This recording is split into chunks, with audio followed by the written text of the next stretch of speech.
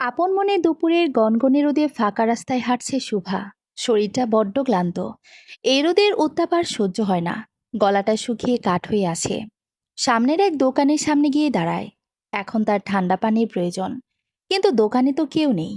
একটু উকিদে দেখে এক ভুঁড়িওয়ালা লোক ফ্লোরে শুয়ে আছে। একটা ছোট ফ্যান ছেড়ে রেখেছে নিজের বিশাল ভুঁড়ির কাছে। আহা, এই গরমে শুভার এই হালকা পাতলা স্বল্প চর্বি মাংসওয়ালা শরীরকে কত কষ্ট হচ্ছে।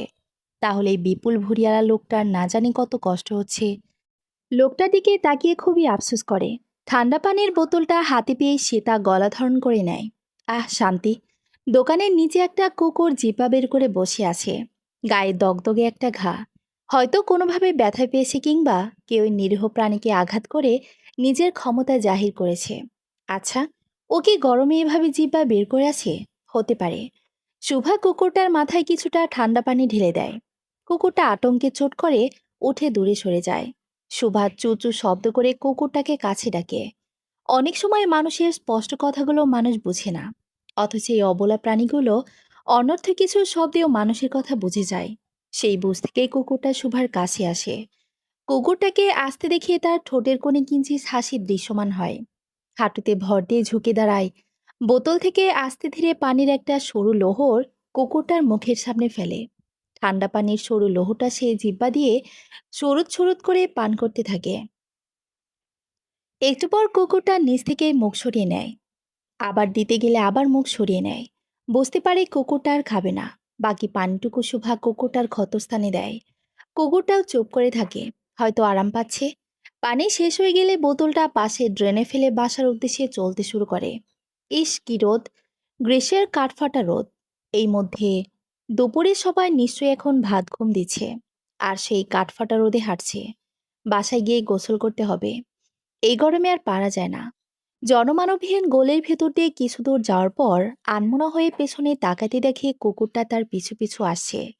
সে একবার দেখে বিনা বাক্য আবার চলতে শুরু করে। একটু দূর গিয়ে আবার পিছন ফিরে তাকায়। কুকুরটা এখনো তার পিছু পিছুই আসছে। সে এবার ঘুরে কোমরে দুই হাত দিয়ে কুকুরটার দিকে চোখ ইশারা করে বলে, কি? কুকুরটা তা দেখে জিবা দিয়ে মুখ চেটে নিচু করে ওদিক ওদিক তাকায়। শুভা একটু এগিয়ে এসে নিচু হয়ে বলে, পিছে পিছে আসছিস কেন? খিদে পেয়েছে? কুকুরটা কি বুঝলো কে জানে। সে নিজের ভাষায় কুই কুই শব্দ করে কিছু একটা বলতে চাইল, কিন্তু সেই ভাষা শুভার বোধগম্য হলো না। কে যেন মনে করে কাঁধের ব্যাগ থেকে একটা ব্যাটার বন বের করে। এটা সে কিনেছিল বিকেলে খাওয়ার জন্য। বাটার বন থেকে বাটারগুলো নিজে খেয়ে পাউরুটি কুকুরটাকে মুখের সামনে ধরে। কুকুরটাও সোনামুখ করে তা খেতে শুরু করে। এরপর পাউরুটিটা একটা কাগজের ওপর রেখে কুকুরটাকে খেতে বলে সে তার গন্তব্যের দিকে এগোয়। পেছনে কুকুরটা একবার শোভার যাওয়ার দিকে তাকিয়ে আবার পাউরুটিটুকু খেতে শুরু করে। পরের দিন বাসা থেকে চটজলদি বের হয় শোভা। অনেক দেরি হয়ে গেছে। পরীক্ষা আছে তার। কেচি গেটটা খুলতে বাসার গেট থেকে বের হতে অবাক হয়ে যায় শোভা। কালকের সেই কুকুরটা গেটের সামনে রাখা বালুর বস্তাগুলোর ওপর বসে আছে, যেন কারো অপেক্ষা করছে। তাকে দেখতে পেয়ে এক লাফে বস্তা থেকে নেমে তার থেকে একটু দূরত্ব রেখেই দাঁড়ায়। শোভা অবাক হয়। কুকুরটা কি তার জন্যই অপেক্ষা করছিল? মুচকি এসে কলেজের উদ্দেশ্যে রওনা হয়। কুকুরটা যে তার পিছন পিছন আসছে সে বুঝতে পারছে। গলির মুখের দোকান থেকে একটা পাউরুটি কিনে কুকুরটার সামনে রাখে। কুকুরটা পাউরুটি শুকিয়ে খেতে শুরু করে। তা দেখে শুভা চলে যায়। পরীক্ষা শুরু হয়ে যাবে। সে অলরেডি অনেক লেট। প্রায় আধা ঘন্টা দৌড়ে পায়ে সে গলি পেরিয়ে রাস্তায় এসে দাঁড়ায়। অন্য সময় হলে সে অটো নিত, কিন্তু এখন টাকার মায়া করলে চলবে না। সে রিক্সা নিয়ে ছুটে চলে তার গন্তব্য। পিছনে যদি একবার তাকাতো, তাহলে দেখতে পেত সেই কুকুরটা তার পিছনে দৌড়ে এসে দাঁড়িয়েছে। দোকান থেকে কিছু প্রয়োজনীয় জিনিস কিনে বাসার দিকে রওনা হয় শোভা। পথ চলতে চলতে পাশে তাকিয়ে দেখে নেয় ভানুকে। প্রতিদিনের মতো আজও তার পাশেই চলছে। ভানুর দিকে তাকিয়ে একটু মুচকি আসে। ভানু সেই কুকুরটা। শোভা ওর নাম দিয়েছে ভানু। এই নাম রাখার পেছনে কোনো কারণ নেই। ওর মন চেয়েছে তাই রেখেছে। এই অবলা প্রাণীগুলো কি অদ্ভুত। সেদিনে সে একটু যত্নেই তার পিছু পিছু ঘুরছে। যখন সে বের হয় তখন ভানুও তার সাথে সাথে আসে রাস্তা পর্যন্ত। আর এ না আসা পর্যন্ত রাস্তাতেই অপেক্ষা করে। অথচ মানুষগুলো হাজার যত্ন আত্তি করার পরও এক চুল দাম দেয় না। ভানু এখন শোভাদের বাসার গেটের সামনে থাকে। তারা ভাড়া বাসায় থাকে। 6 তলা বিল্ডিংয়ের নিচতলায় তাদের বাসা। ভানুকে তাদের বাসায় রাখার উপায় নেই। চেয়েছিল সিঁড়ির নিচে জায়গাটুতেই রাখতে, তবে এতে বিল্ডিংয়ের বাকি লোকেদের আপত্তি আছে। তাই এখন ভানুর জায়গা হয়েছে কেচি গেটের সামনে। তারা প্রতিবেলায় খাবার দেয়। যখন সে থাকে তখন সেই দেয়। ও না থাকলে ওর মা, বাবা কিংবা ভাই দেয়। ওর মা আগে গজগজ করলেও এখন সে বেশ আদর করে ভানুকে। নিজে এখন ভানুর জন্য আলাদা খাবার রান্না করে। দুপুরের খাবার টাইমে ভানু যেখানেই থাকুক, সময় মতো এসে তার স্বরে ডাকতে থাকে। সে তার ভাষায় বোঝাতে চায় সে এসেছে, তার খাবার সময় হয়েছে। তখন তার মা এসে খাবার দেয়। এর পরিবর্তনের কারণ আছে। পৃথিবীতে কোনো কিছুই এমনি এমনি হয় না। সব কিছুর পেছনে কোনো না কোনো কারণ থাকে। হয় মায়া, হয় দায়িত্ব, হয় কৃতজ্ঞতা, আর না হয় স্বার্থ। ভানুর প্রতি তাদের এই ভালোবাসাটা বোধ হয় কৃতজ্ঞতার। এক রাতে হঠাৎ তার মায়ের শ্বাসকষ্ট বেড়ে যায়। তিনি শ্বাসকষ্টের রোগী। ঘরে ইনহেলার নেই, যেটা ছিল সেটা শেষ। সেদিন বাসায় তার বাবার ভাইও ছিল না। এদিকে মায়ের অবস্থা খুবই খারাপ, অথচ সাহায্য করার মতো আপাতত কেউ নেই। কোনো উপায় না পেয়ে অপারগে পাশের ফ্ল্যাটের মহিলাকে মায়ের কাছে রেখে গায়ে ওড়না পেঁচিয়ে সে নিজেই বেরিয়ে পড়ে ওষুধ আনতে। রাত তখন 9:30। শহর অঞ্চলে রাত 9টা-10টা কোনো ব্যাপারই নয়। 10টা কেন, রাত 11টা-12টাও শহর অঞ্চল সজাগ রমরমা। শহর যে কখনো ঘুমাই না। ওষুধ নিয়ে ফেরার পথে শোভা থমকে যায়। এই গলিটা দিনের বেলায় সবসময় শুনশান থাকে। গলির মুখে দাঁড়িয়ে তার মনে হচ্ছে সে কোনো শ্মশানপুরীর সামনে দাঁড়িয়ে আছে। একটু এগোতেই দেখতে পায় কয়েকটা ছেলে ল্যাম্পপোস্টের নিচে দাঁড়িয়ে আছে। আসার সময় এরা ছিল না। সে এদিক ওদিক তাকায় একটু ভরসার জন্য, কিন্তু সে আর সামনে ওই ছেলেগুলো ছাড়া রাস্তায় আর কেউই নেই। রাতের বেলা সে কোনোদিন বের হয়নি, কিন্তু আজ যে না বেরিয়ে কোনো উপায় ছিল না। না জানে মায়ের এখন কী অবস্থা। মনের মধ্যে ভয় নিয়ে সে দ্রুত সামনে পা বাড়ায়। ছেলেগুলোকে পেরিয়ে কিছু দূর এগোতেই বুঝতে পারে ওরা তার পিছু নিয়েছে। পিছন থেকে শীষ বাজাচ্ছে আর আজে বাজে কথা বলছে। সে আরো জোরে পা চালায়। পেছন থেকে ছেলেগুলো তাকে নিয়ে বিশ্রী ভাষায় কী সব বলে হাসাহাসি করছে। এত রাতে কই যায় সুন্দরী? একা নাকি? তুমি চাও তো আমরা সাথে আসি? হাঁটতে হাঁটতে শোভা বুঝতে পারে ছেলেগুলো তার আরও কাছে এসে পড়েছে। এই বুঝে একটা অঘটন ঘটে গেল। মুহূর্তের মধ্যেই শোভার শির দ্বারা জমে যাওয়ার উপক্রম। এর মধ্যেই শুনতে পায় একটি হিংস্র ডাক। যেই ডাক শুনে এক মুহূর্তের জন্য সে নিজেও আটকে ওঠে, কিন্তু পরক্ষণেই বুঝতে পারে এই হিংস্র গর্জন তার জন্য আশীর্বাদ স্বরূপ। শোভা ঝট করে পেছনে তাকিয়ে দেখে এক শীর্ণকায় কুকুর তার দেহের সমস্ত শক্তি দিয়ে হিংস্র রূপ ধারণ করেছে মানুষরূপী কিছু জানোয়ারদের সামনে। সেই মুহূর্তে সে অনুভব করে সে একা নয়, তার সাথে একজন আছে। সেই কুকুরটা, যাকে সে একদিন দয়ের পরবশে একটু পানি দিয়েছিল, একটু খাবার দিয়েছিল। যে কুকুরটা কয়েকদিন ধরে তার বাসার সামনে বসে থাকতো, তার সাথে সাথেই চলতো, সেই তার জন্য রুখে দাঁড়িয়েছে। তীক্ষ্ণ দাঁতগুলো বের করে হিংস্রতা প্রকাশ করছে। ছেলেগুলো তাকে হঠাতে চালে সে আরো গর্জে ওঠে। কুকুরটার হাঁক ডাক শুনে আশপাশ থেকে আরো কয়েকটা কুকুর জুটিয়েছে, তারাও গর্জন শুরু করে। এতগুলো কুকুর একসাথে দেখে ছেলেগুলো ভয়েই পালিয়ে যায়। ওদের পালিয়ে যেতে দেখে সুভাষ স্বস্তির নিঃশ্বাস ছাড়ে। কুকুরটার দিকে সে কৃতজ্ঞতার দৃষ্টিতে তাকায়। কুকুরটা তার সে দৃষ্টি বুঝতে পেরে কিনা জানা নেই, তবে সে শোভার সামনে এসে তার ভাষায় ঘেউ ঘেউ করে বোঝায় তার সাথে যেতে। সেই রাতের পর থেকে সেই রাস্তার কুকুরটা হয়ে উঠেছে ভানু, তাদের পরিবারের একজন সদস্য আর শোভার সঙ্গী।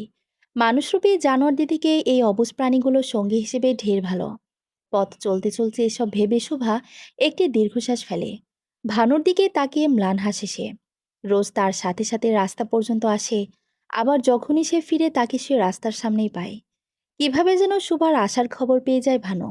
গত 1 মাস ধরে এভাবেই চলছে। ভানুর গায়ের ক্ষতটাও ভালো হয়ে গেছে। সে ডাক্তারের কাছে নিয়ে গিয়েছিল। শরীর স্বাস্থ্য এখন বেশ ভালো হয়েছে। আজকাল ভানু তার সবচেয়ে প্রিয় হয়ে উঠেছে। এই অবুজ প্রাণীটি অযথায় তাকে এক মায়ের বাঁধনে ফেলে দিয়েছে। তার জীবনের এক অংশে পরিণত হয়েছে। বাসায় থাকার প্রায় পুরোটা সময় তার কাটে ভানুর সাথে। ভানুর সাথে খেলা করা, ওর যত্ন করা, ওর জন্য কাপড় বানানো, এসব করতে করতেই তার সময় কেটে যায়। যদিও এতে অনেকের বাঁকা চাহনির সম্মুখীন হতে হয় তাকে, তবে এসব সে ধরাই না করে পরোয়া করে। সময় চলে তার আপন গতিতে। সময়কে কেউ কি বেঁধে রাখতে পারে? পারে না। সময়ের সাথে সাথেই কত কিছু পাল্টে যায়।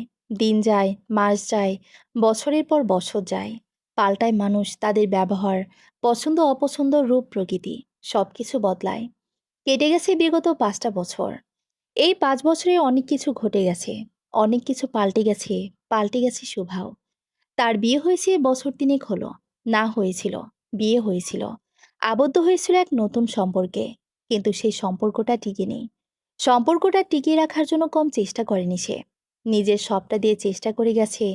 চেষ্টা করার পরও যখন কোনো ফল পায়নি তখন সে বারবার ভেবেছে দোষটা কোথায় তার, কি ভুল তার, সে সত্যি এমন কিছু ডিজার্ভ করে। সেসব ভাবনা থেকেই আরো দ্বিগুণ চেষ্টা করেছে। কিন্তু দিন শেষে ফলাফল শূন্য। বছর তিনেক আগে পারিবারিকভাবে সুভার বিয়ে হয়। মোটামুটি বেশ ধুমধাম করে হয়েছে। ছেলে সরকারি কর্মকর্তা। এমন পাত্র পেয়ে হাতছাড়া করতে চাননি তার বাবা মা। বিয়ের আগে যতবার পাত্রের সাথে তার কথা হয়েছিল, কখনো মনে হয়নি লোকটার মাঝে খারাপ কিছু আছে। সুমিষ্ট, নম্রভদ্র আচার ব্যবহার। তাকেও খুব সম্মান দিত। লোকটার পরিবারের মানুষদেরও খুব ভালো মনে হয়েছিল।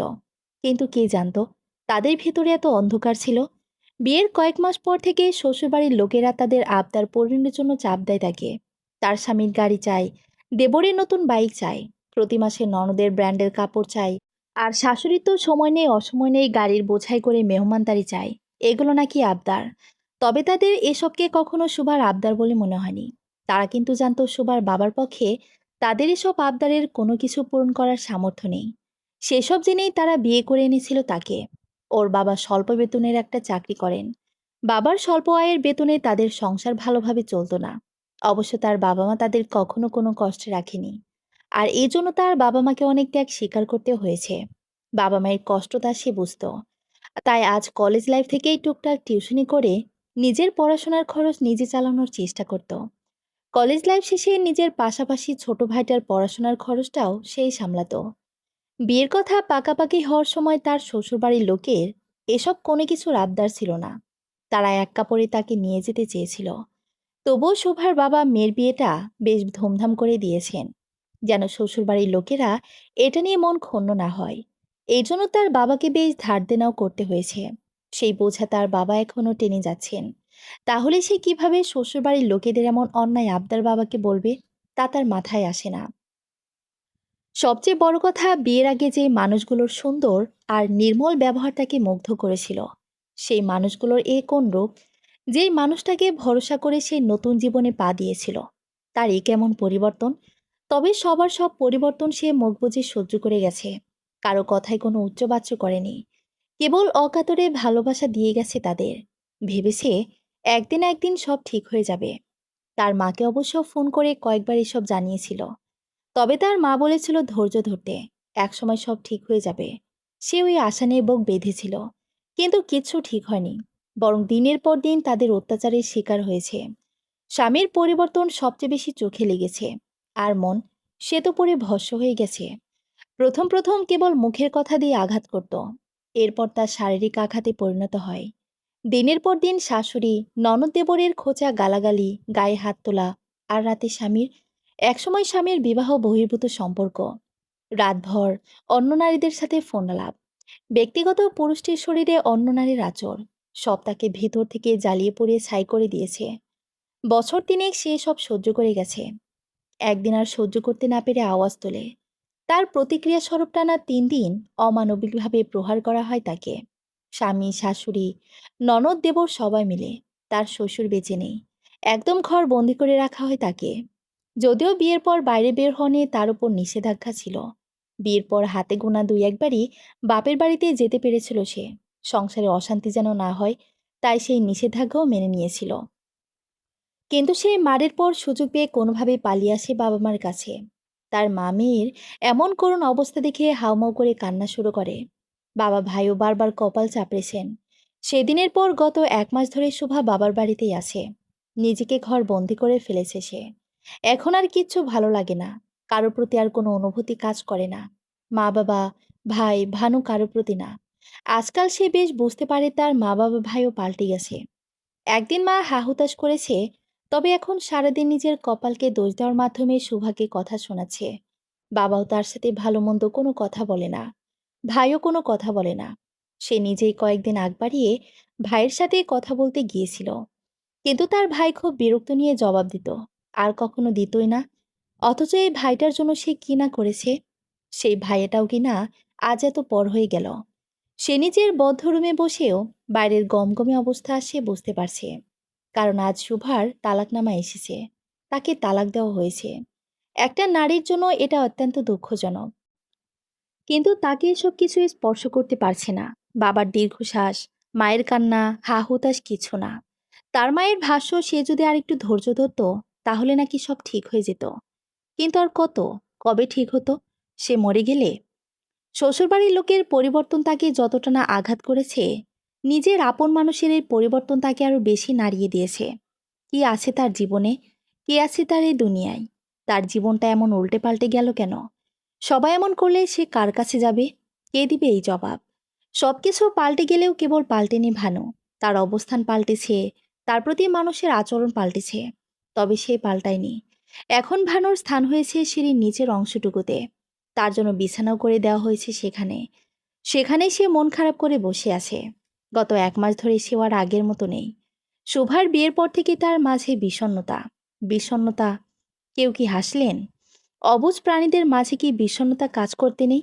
আছে, অবশ্যই আছে। যেদিন শোভার বিয়ে হয় সে সময় সারা বিল্ডিং রঙিন আলোয় ফুলে সজ্জিত হয়েছিল। সেই রঙিন আলোকসজ্জা দেখে ভানুর যে কি খুশি! ভানুর খুশি দেখে সে সময় শোভা খুশি হতে গিয়েও হতে পারেনি। এই অবুঝ প্রাণী যদি বুঝতো সে তার সঙ্গীকে হারাতে যাচ্ছে, তার সঙ্গী থেকে তার দূরত্ব সৃষ্টি হতে যাচ্ছে, তাহলে কি সে এত খুশি হতে পারত? কখনোই না। ভানুর যে তার সঙ্গীকে ছাড়া চলেই না। শুভার পরিবারের সাথে ভানুর ভালো সম্পর্ক থাকলেও শুভার সাথে তার অন্যরকম সম্পর্ক। স্বাভাবিকভাবে এটাতে হওয়ার কথা। কিন্তু এই ক্ষুদ্র অবুঝ প্রাণীর সেই বোধ তো নেই যে এই আলোকসজ্জা দেখে খুশি। তার সেই বৌদাসী যখন যখন বিদায়ের সময় তাকে ধরে তার সঙ্গী কাঁদতে থাকে, তাকে আদর মাখা স্বরে বলে যায় তার পরিবার এবং নিজের খেয়াল রাখার জন্য, তখন ভানু বুঝতে পারে তার সঙ্গী চলে যাচ্ছে। এখন আর প্রতিদিন তাকে পাওয়া হবে না। শোভা যেই গাড়িতে উঠবে সেই ভানু তার শাড়ির আঁচল কামড়ে ধরে। সে বোঝায় সে যেতে দিবে না। শোভা কোনো রকমে বুঝিয়ে সুজিয়ে ফুল সজ্জিত গাড়িতে উঠে চলে যায়। গাড়ি চলতেও সে ছুটে চলে চলন্ত গাড়ির পেছনে।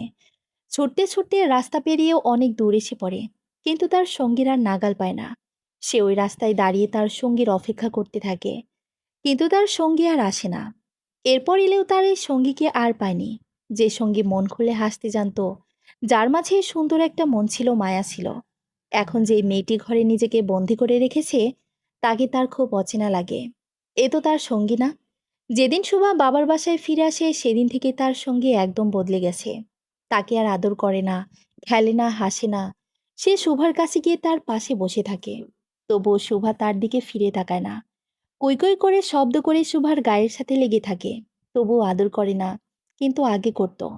শোভার গায়ের সাথে গা লাগিয়ে কই কই আওয়াজ করা মানেই এখন আর আদর চাই। কিন্তু তার সঙ্গী সেটা ভুলে গেছে। এসব ভুলে গেছে। কেবল এক দৃষ্টিতে তাকিয়ে চোখের পানি ফেলে। ভানু বুঝে তার সঙ্গী কষ্টে আছে, তবে তাকে তো কিছু বলে না। কিন্তু আগে সব কথাই বলতো। ভানু উঠে দাঁড়ায়, মুখ দিয়ে দরজা ঠেলে বাসার ভেতর প্রবেশ করে। তার জন্য দরজা চাপানোই থাকে। যদি সে খুব একটা ভেতরে আসে না, তবে এখন শোভা বের হয় না, তাই সে আসে শোভার কাছে, নিজের ভাষায় ডাকাডাকি করে শোভার কাছে যাওয়ার জন্য। কিন্তু তার কোনো জবাব পায় না। দরজা ঠেলে দেখে শোভার মা বাবা সোফায় বসে থমথমে মুখে। শোভার মা কান্না করছে। সে নীরবে এক পা ভেতরে এগোতেই শোভার মা কিছু বলে চিল্লিয়ে ওঠে। ভয় পেয়ে পিছিয়ে দরজার বাইরে গিয়ে দাঁড়ায় সে। ভাবে হয়তো তাকে বের হতে বলেছে, কিন্তু পরে বুঝতে পারে শোভাকে কিছু বলছে। সবার ঘরে এমন কিছু একটা হয়। আমার মা চাচিরা আর কত কষ্ট করে সংসার করেছে, তারা কি সংসার করেনি? তোর দাদি ফুপুকে আমাকে কম জ্বালিয়েছে? আমি সংসার করছি না?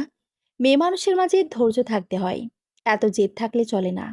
জন্মের পর থেকে আমাকে জ্বালিয়ে খাচ্ছে। তুই মরতে পারিস না? তুই মরলে আমি বাঁচি। সব শুনে ভানু বুঝতে পারে তার সঙ্গীকে এসব বলছে। তার রাগ হয়। ইচ্ছে করেই ঘেউ ঘেউ আওয়াজ করে মানা করতে, কিন্তু সেরকম কিছু করে না। তাহলে যে আর ঘরে যাওয়া হবে না। সে টুকটুক করে নীরব পায়ে শোভার রুমের সামনে গিয়ে দাঁড়ায়। এক পা দিয়ে দরজায় ধাক্কা দেয়। দরজা বন্ধ। সে দুপায়ে সাহায্যে দাঁড়িয়ে সামনের 2 পা দিয়ে দরজায় অনবরত আঁচড় কাটে। আর মুখ দিয়ে কুই কুই শব্দ করে তার উপস্থিতি জানান দেয়। একটু পর খুট করে দরজা খুলে যেতেই সে এক লাফে রুমে প্রবেশ করে। শোভা দরজা বন্ধ করে জানালার সামনে গিয়ে দাঁড়ায়। উদাস চোখে বাইরে তাকিয়ে থাকে সে। ভানু গুটি গুটি পায়ে তার পায়ের সাথে গা মিশিয়ে দাঁড়ায়। কিন্তু এতে তার কোনো ভাবোদয় হয় না। কেবল চোখ থেকে এক ফোঁটা পানি গড়িয়ে পড়ে। এরপর আরো এক ফোঁটা, এরপর আরো এক ফোঁটা। অনবরত পানি গড়িয়ে পড়তেই থাকে। ভানুর কই কই শব্দে তার দিকে তাকায় সে। সে অবাক চোখে দেখে ভানুর চোখটাও ছলছল করছে। আসলে ভানুর চোখ ছলছল করছে নাকি তার চোখের পানি দেখে এমন মনে হচ্ছে। চোখের পলক ফেলে একটু শ্বাস নেয় সে। চোখ খুলে আবার তাকায় তার দিকে। না, সত্যিই ভানুর চোখে পানি। বাহ! দুনিয়াতে এখনো তার জন্য কষ্ট পাওয়ার মতো কেউ আছে। সে হাঁটু গেড়ে ভানুর সামনে বসে। ভানুর মাথায় হাত বুলিয়ে দিতে দিতে বলে, কাঁদছিস কেন? আমার জন্য? কেন? যেখানে আমার জন্মদাতা মা বাবা আমার কষ্ট অনুভব করতে পারছে না, সেখানে তুই কেন? তুই কেন রে? যাদের জন্য আমি এত কিছু করলাম, তাদের কাছে আজ আমি বোঝা। আমার জন্য তাদের একটুও মায়া হচ্ছে না। সবাই আমাকে দূরে সরিয়ে দিচ্ছে। তুই তো একটা অবলা প্রাণী। তোর জন্য আমি কি করেছি যে তুই আমার কষ্টে কষ্ট পাচ্ছিস? ভানু দুপায়ে দাঁড়িয়ে শোবার কাঁধে মাথা দিয়ে আবার কই কই শব্দ করে। সে বোঝাতে চাইছে, তুমি আমার সঙ্গী। আমি তোমাকে কখনো দূরে সরাবো না। সবসময় তোমার পাশে থাকবো।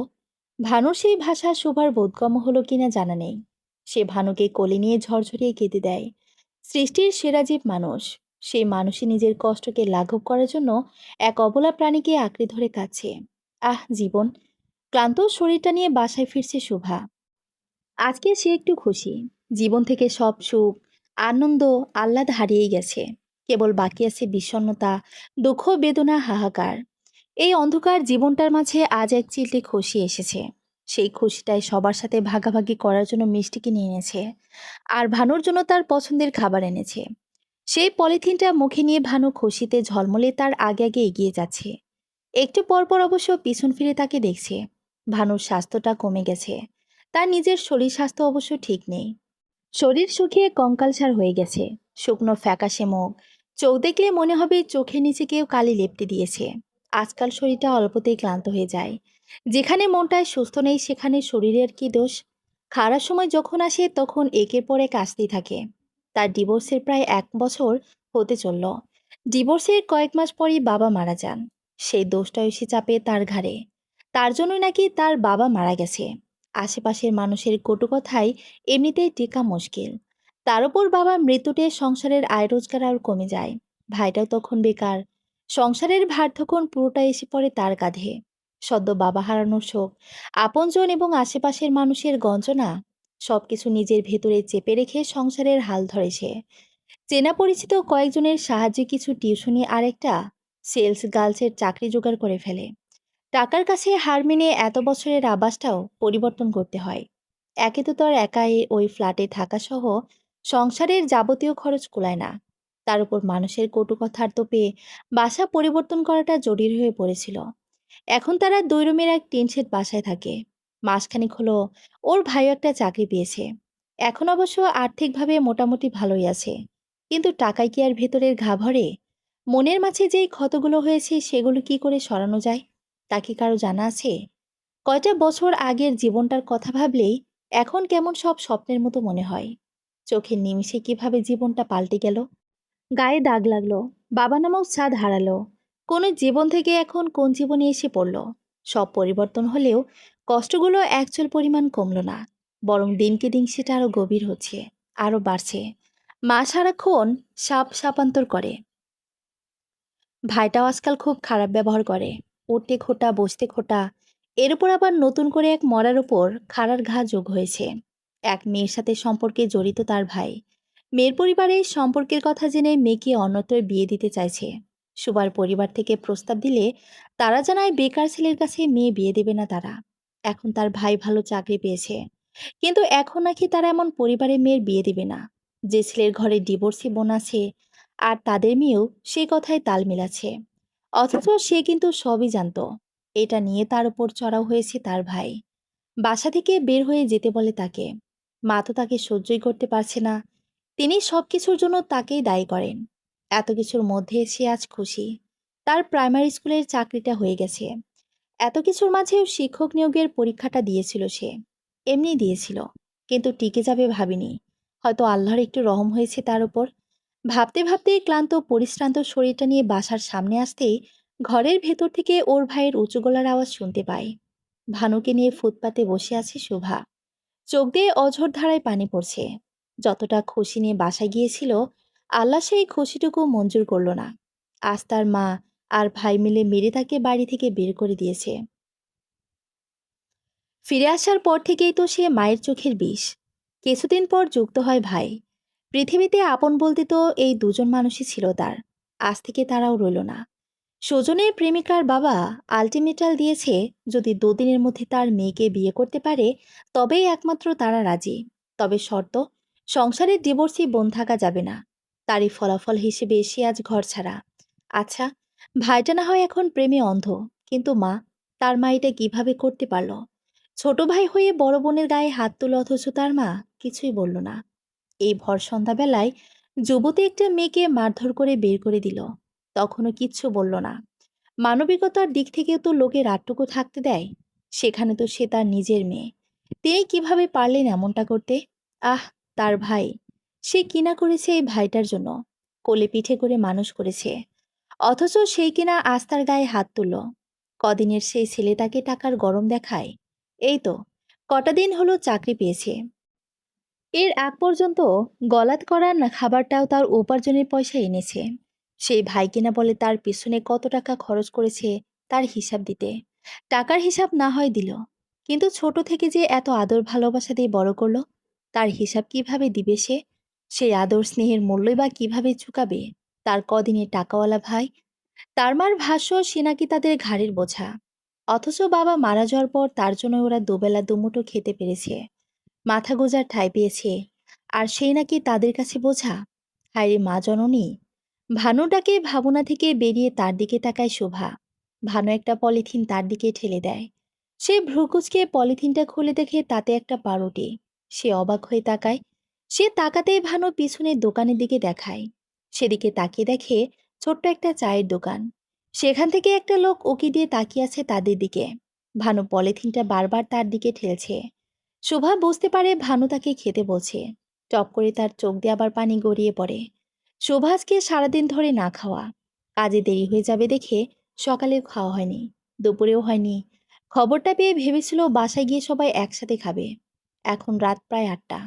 ভালো করে পাশে তাকিয়ে দেখে ব্যাগ থেকে তার ছোট টাকার ব্যাগটা নিচে পড়ে আছে। ভানু যে বের করেছে তার বুঝতে বাকি থাকে না। ভানুকে জড়িয়ে ধরে ডুকরে কেঁদে ওঠে শোভা। রাতের বেলায় রাস্তার ধারে বসে একটা মেয়ে কুকুর জড়িয়ে ধরে কাছে। দৃশ্যটা মোটেও স্বাভাবিক নয়। সচরাচর এমন দৃশ্য দেখাও যায় না। তাই উৎসুক জনতারা হা করে তা দেখছে। কেউ কেউ আবার ভিডিও করছে, কেউ সেদিকে শুভার নজর নেই। সে আকাশ পাতাল উজাড় করে কাছে। রাতটা শুভা তার এক কলিগের বাসায় আশ্রয় নেয়। ভানু তার পাশে নিচে ফ্লোরে শুয়ে আছে। ঘুমিয়েছে কিনা জানা নেই। ভানু সারাক্ষণ তার পাশে পাশেই থাকে। বিছানায় শুয়ে শুয়ে নির্ঘুম রাত কাটাচ্ছে সে। তার চোখে যে ঘুম নেই, আসার কথাও না। ভবিষ্যতে কি হবে ভেবে চিন্তিত সে। চাকরিতে জয়েন হতেও দেরি আছে। যদিও সে বর্তমান চাকরি বা টিউশনি কোনোটাই ছাড়েনি, কিন্তু থাকবে কোথায়? তার কলিগ অবশ্য বলেছে তার বাসায় থাকতে, কিন্তু তা কি সম্ভব? সে একা হলে সমস্যা ছিল না, যে কোনো একটা মেসে ওঠা যেত, কিন্তু তার সাথে ভানু আছে। সব মেসে তো আর ওকে অ্যালাউ করবে না, আর তার পক্ষে সম্ভব না ওকে ছাড়া থাকা। একে তো ভানু ছাড়া তার আর কেউ নেই, আর ভানু আছে বলেই সে একটু সেফ ফিল করছে। আচ্ছা, তার মা কি তার কথা মনে করছে? তার ভাই কি অনুতপ্ত? কি করে পারল তারা এমনটা করতে? শোভা উঠে বসে। সে আবার ওই স্বার্থপরগুলোকে নিয়েই ভাবছে। নিজের মনকে শান্ত করতে নামাজ আদায় করে নেয়। নামাজ পড়া শেষে জায়নামাজে বসে থেকে চোখের পানি ফেলে। কিছুক্ষণ পর ফজরের আজান দিলে নামাজ আদায় করে নেয়। নামাজ আদায় শেষে কিছুক্ষণ থম মেরে বসে থাকে। ভানুর দিকে তাকিয়ে আবার চোখের পানি ছেড়ে দেয়। ভানুকে ডেকে নিয়ে বারান্দায় বসে শোভা। একবার ডাক দিতেই ভানু চট করে উঠে পড়েছে। শোভা বারান্দায় পা ছড়িয়ে বসে আছে। ভানু তার পাশে শুয়ে ঝিমাচ্ছে। ভানুকে তার কোলে শুয়ে শোভা একটু দীর্ঘশ্বাস ফেলে। যাদের সাথে তার রক্তের সম্পর্ক, নারীর সম্পর্ক, তারা তার কথা ভাবেনি। বিয়েটা তার বাবা মা দিয়েছে। বাবা মার উচিত ছিল বিয়ের আগে ছেলে এবং পরিবার সম্পর্কে খোঁজ নেওয়া। তারা তা করেনি। যে শুনেছে ছেলে ভালো চাকরি করে অমনি কিছু না দেখে বিয়ে দিয়ে দিয়েছে। সে যে মানিয়ে নেওয়ার চেষ্টা করেনি এমন তো না, নিজের সবটা দিয়ে চেষ্টা করেছে। অমন পরিবেশে কি মানুষ আদৌ বেঁচে থাকতে পারে? সে যখন তার মাকে তার অবস্থার কথা বলতো, তখন তার মায়ের এক কথা মানিয়ে নে। আচ্ছা, এই মা বাবাগুলো যে মানিয়ে নিতে বলে, কোন হিসেবে? কতক্ষণ, কতদিন মানিয়ে নেওয়া যায়? মানিয়ে নিতে না পেরে যখন তার মতো অসহায় নারীরা জীবন দিয়ে দেয়, তখন বাবা মায়ের আবার সে কি মরা কান্না! আহা, তাদের বুক ফাটা কুমিরের কান্না। হুঁ, সেদিন যদি সে লাফিয়ে না আসতো, তাহলে তার মৃত্যু নিশ্চিত ছিল। তখন তার লাশ নিয়ে তার মা বাবা কুমিরের কান্না করতো আর বলতো, কেন তাদের কিছু জানালো না? অথচ জানিয়েই কি লাভ হয়? আর তার ছোট ভাই, হায় আল্লাহ, এ কোন কিয়ামতের আলামত! ছোট ভাই বড় বোনের গায়ে হাত তুলেছে, বাড়ি থেকে বের করে দিয়েছে, তাও একটা মেয়ের জন্য। শোভা একটা দীর্ঘশ্বাস ফেলে প্রতিজ্ঞা করে সে আর এদের জন্য ভাববে না। যারা তার কথা ভাবেনি, সেও তাদের কথা আর কখনোই ভাববে না। তার সাথে যা হয়েছে তার বিচার আল্লাহ করবেন। অভিশাপ দিচ্ছে না, আল্লাহর কাছে সবসময় মুখ ফুটে বলতে হয় না। আল্লাহ তালা সবই দেখে। আল্লাহ তালা ছাড় দেন, তবে ছেড়ে দেন না। সকাল হলে সে ম্যাচ খুঁজবে যেখানে ভানুকে সহ থাকা যাবে। জয়েন হওয়ার এখনো অনেক সময় আছে। হঠাৎ ভানুর দিকে তাকিয়ে থাকে, ডাক দেয়, ভানু। ভানুর সাথে সাথে কই আওয়াজ করে তার জবাব দেয়, তুই আমার সাথে সবসময় থাকবি তো? আমাকে কখনো ছেড়ে যাবি না তো? ভানু কিছুক্ষণ তার দিকে তাকিয়ে থাকে, তারপর উঠে এক পা দিয়ে শোভাকে জড়িয়ে ধরে নিজস্ব আওয়াজে কিছু বলে, যার মানে তো শোভার জানা নেই। তবে সে জানে এই নির্বাক নির্বোধ অবলা প্রাণীটি থেকে কখনো ধোকা আর আঘাত পাওয়ার সম্ভাবনা নেই। সৃষ্টির সেরা জীব মানুষ, মানুষের বিবেক বুদ্ধি সব আছে, কিন্তু মানুষের থেকে ঢের ভালোই অবুঝ জীবগুলো। আর যাই হোক, এরা মানুষের মতো স্বার্থপর আর ধোকাবাজ না। এরা অল্পতেই সন্তুষ্ট। অল্পতে এরা মানুষের জন্য নিজের জীবন দিতেও পরোয়া করে না। তার ভাই যখন তাকে মারছিল, ভানু ঝাঁপিয়ে পড়েছিল তার ওপর। তার জন্য ভানু নিজেও শক্ত মার খেয়েছে, কিন্তু তাকে আর আঘাত পেতে দেয়নি। যখন সে ভানুকে নিয়ে বের হয়ে আসে, তখন আসার সময় দরজার সামনে মূত্র ত্যাগ করে এসেছে ভানু। কথাটা মনে হতেই হেসে দেয় সে। সে নিজের মানুষগুলোর জন্য অনেক করেছে। আর সেদিন শোভার একটু পানি দেওয়ায় ভানু তার জন্য রক্ষা কবচ হয়ে দাঁড়িয়ে আছে তার সাথে। সে জানে ভানু যতক্ষণ তার সাথে আছে ততক্ষণ তার ক্ষতি হবে না। হোক না কোনো প্রাণী, জানোয়ার শ্রেণীর একটা জীব, কিন্তু মানুষ নামক জানোয়ারদের থেকে ঢের ভালো। সে আর পিছনে তাকাবে না, অতীত নিয়ে ভাবতে যাবে না। ভানুকে সঙ্গী করে সে এগিয়ে যাবে। সামনে যা হবে, যে বাধা আসবে তার সঙ্গীকে সাথে করে না হয় তার মোকাবেলা হবে। এখন থেকে তারা দুজন দুজনের জন্যই বাঁচবে। ভানুর মাথায় হাত বুলিয়ে দিতে দিতে আকাশের দিকে তাকিয়ে একটা দীর্ঘশ্বাস ফেলে। মুখে ফুটে ওঠে একটা ম্লান হাসি, অথচ চোখে পানি টলমল করছে। হাসি কান্নার এক অদ্ভুত খেলা। সমাপ্ত।